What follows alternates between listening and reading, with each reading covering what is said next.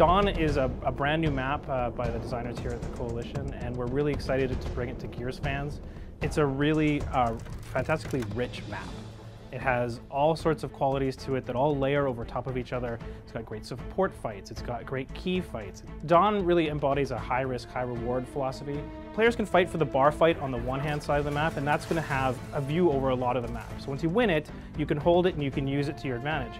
But the cover on the other side of it is linked in such a way that players that have great movement can actually get by while only exposing themselves a little bit to the torque that's above them.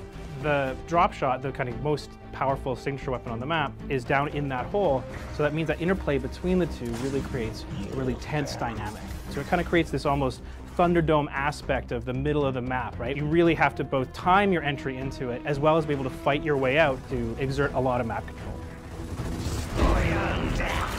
In addition to providing a really rich gameplay experience, Dawn has a really rich visual experience.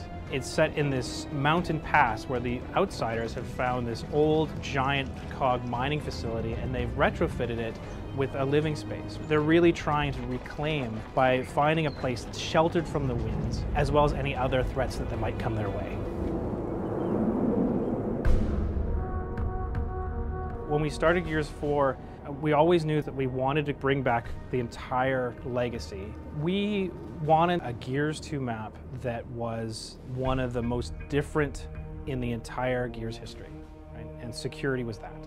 Gears 2 maps are some of the hardest to bring forward to Gears 4. The modes in Gears 2 were very different than Gears 4, so we had to make sure that every map that we built played really well with all of the modes, so that meant re-examining every corner of the map.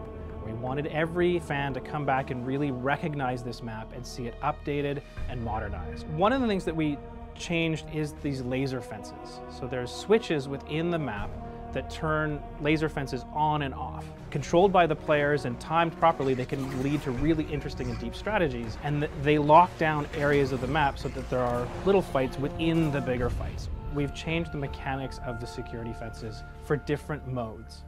And for the classic modes like Execution and TDM, it'll be pretty much the same as it was inside Gears 2. However, for Horde and for Escalation and for King of the Hill, we've made tweaks so that it plays really well in each of those modes.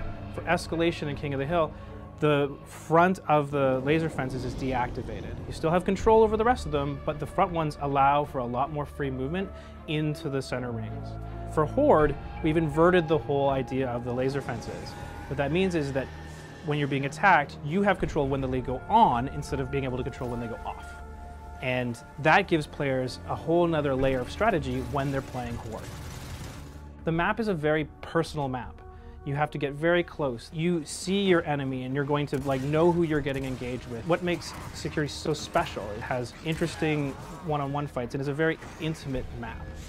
Security in Gears 4 is a really lavish gold depository. In addition to the big ostentation set pieces that we've got in there, there's also little tiny details like security cameras and little embedded stories. It's one of our favorite maps internally. We think it plays really well in a lot of different modes, and we're really excited to bring our first Gears 2 map to fans of Gears of War 4.